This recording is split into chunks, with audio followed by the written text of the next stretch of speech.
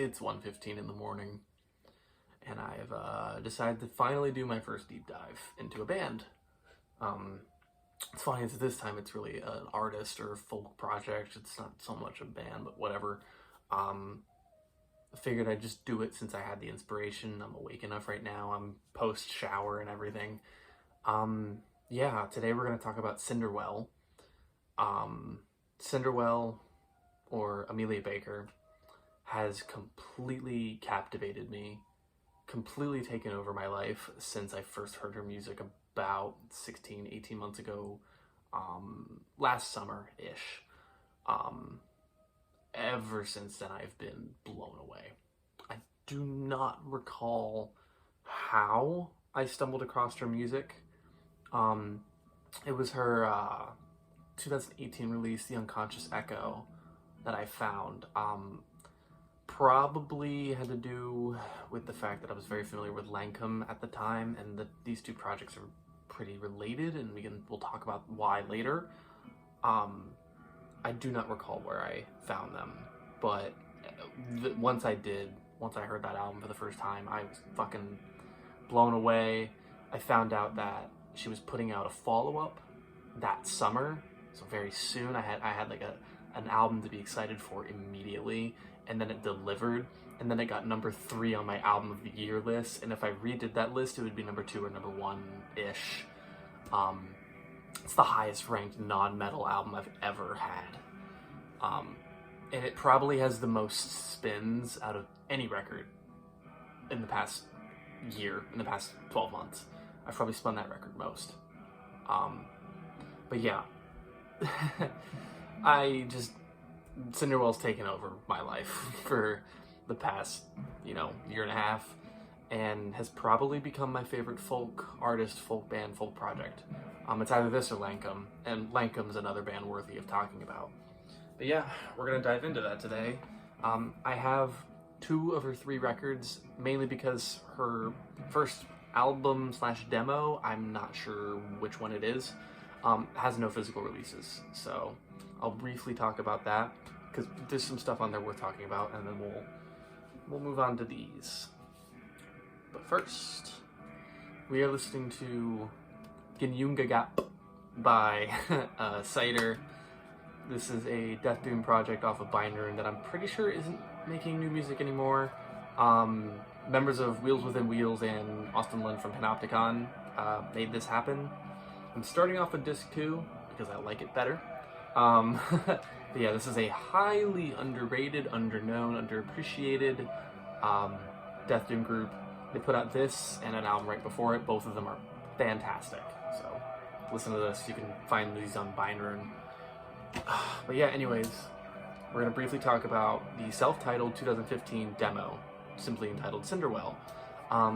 There's a good chunk of material on here that was later reused and improved upon, that ended up on these albums over here. But as far as what I can think the original material is, or at least what's to this point stayed original and true to the demo only, is pretty fucking impressive. I only found the demo a few days ago,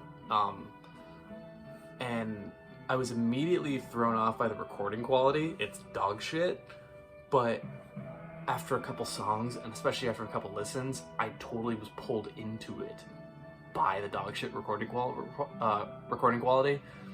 It just has this crazy atmosphere to it, this rustic feel, and I'm in love with it, and it really, really lends the songs themselves lend to this atmosphere. They kind of work in tandem. But yeah, speaking of the songs, I'm pretty sure there's only 7, but the ones that really jumped out to me were the Alican House, which is this moving, like, finger pick style. I think it's on like a resonator guitar. The lyrics on that are captivating. The follow-up has quickly become one of my favorite Cinder Well songs ever. It's called Cinder Well, the song. And it's piano-based. It's piano work and Amelia singing over it. And the way this song crescendos and climaxes and then finishes off is just beyond description. I don't want to even spoil it for you. Fucking listen. If there's any song off that demo you're gonna listen to, make it that one. But then some songs on the back half of the album, An Ode to Heavy Water is another incredible track, and the 1 minute 15 second, I think, closing instrumental guitar piece, as barren as it is terrifying. Terrifying is the only way I can describe it. And it is the namesake of this video. But in 2018, I guess we got our first proper Cinder Well record. This is The Unconscious Echo. And this was my first experience with Cinder Well, as at the time this was the only thing out. Both of these records are on black vinyl, so I'm not going to bother pulling them out. They've got lyrics on the inside. But yeah, this album really took me for a ride, because not only is the guitar work incredible, the vocals are just 11 out of 10, but the fiddle work, it's just so moving. On a lot of these tracks, it's just constantly pushing forward. It makes you want to like jam and bob your head to it. It's super, super, super, like just invoking, and I absolutely love it about that. But this album also knows when to slow the fuck down and become dirge-like. Insulation of the Silence is a great example of that. Very simple 3-chord repeating progression, and it's just so beautiful. The Hyde Mansion is another example of a much slower, brooding track. The Unconscious Echo title track, the vocals especially speak out to me on that one. Brittle Bones has a blast beat in it, and I'm not exaggerating. You need to listen to it. And I absolutely love the way the album closes. The ones to the east and the west. It's just, it really does feel like a journey's end kind of story, and it's just beautiful. It's like a perfect wrap-up. Overall, I would give this album something like an 8 or a 9, I guess. It's just gorgeous, and it's very colorful and very beautiful, which is in direct contrast to what followed this up. 2 years later, and last year, we ended up with this. This is No Summer. It's called that mainly because we didn't exactly get a summer last year for reasons. And a lot of the material on here was written during the start of the pandemic, and just with that idea in mind. And this is just terrifyingly dark. It is hopelessly dark.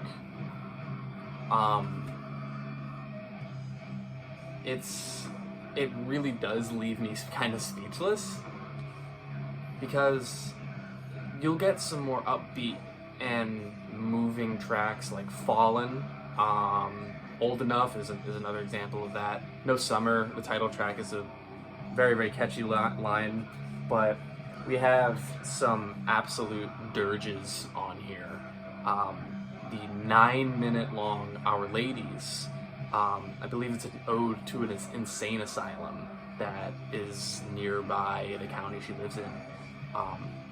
Has one of the craziest progressions in any folk song I've ever heard. You can kind of cut it up into 3 bits, and it just seamlessly flows it just reinvents itself the whole time, and it keeps itself super, super interesting.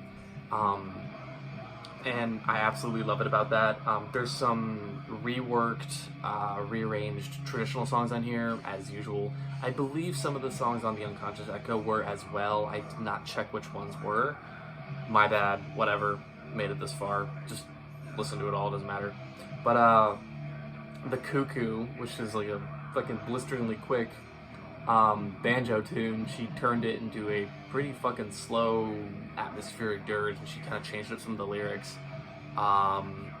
Queen of the Earth, Child of the Skies is just a solo fiddle tune that she plays. It's absolutely beautiful. The opening song, Wandering Boy, it's just vocals. It's like traditional Irish sing-song kind of thing. It's gorgeous. Like the way that her voice is just so beautiful. It just carries the song. It's great. But there are 2 songs on here I feel have changed me as a human being. And maybe Our Ladies has as well. Old Enough, I think I mentioned earlier, it is a moving song. It's got a lot of motion to it. But goddamn, it is one of my favorite songs I've ever heard. But I cannot possibly spend enough time talking about the closing track on this album, From Behind the Curtain. I do not have the words for this song. I will try to explain to you what this means to me. It's straight up my most listened to song of the past year. It was my favorite song of last year. It has become a very prevalent part of the what's my favorite song of all time conversation. Top 5, at least. Everything between the guitar work, the lyrics. I have associated a lot of pretty horrible life events with this song as well. As well as another overarching theme of the album that I'll wrap it up with in a second. But yeah, if there's any song on this album that you need to listen to, I would say it's that, but like it's the closing track. It really does work as like the final exhalation. But yeah, I think I'll just stop there before I start stumbling over myself. But what I absolutely commend this album for is this feeling it gives you. It has an atmosphere to it that a lot of atmospheric black metal bands fucking wish they could achieve. It makes you feel like you're standing on the edge of something. It's very nostalgic. It's very what once was. That's what comes to mind when I listen to this record. A lot of the songs finish with that idea in mind of a once beautiful thing, now not what it is anymore. Something less, something distant, decrepit, forgotten, tragic. This album feels tragic. It feels like stumbling into a city that was abandoned 50 years ago, or stepping on a battleground in a war that was fought so long ago. Like, this album feels like it just makes you feel like you're in a place that has so much history and so much nuance that you could never know. There's no amount of time in the world that would ever get you that would do it justice. It's a really weird atmosphere. I don't have any other way of putting it. The ending to Our Ladies really feels like that. It just has this depressive exhalation. Old Enough has that feeling. The whole album does. Like, the 7th track, Queen of the Earth, is really upbeat. It's this moving fiddle tune. It's very positive. The Doorway is about a 1 minute long ambient interlude, and then we get the darkest song on the album.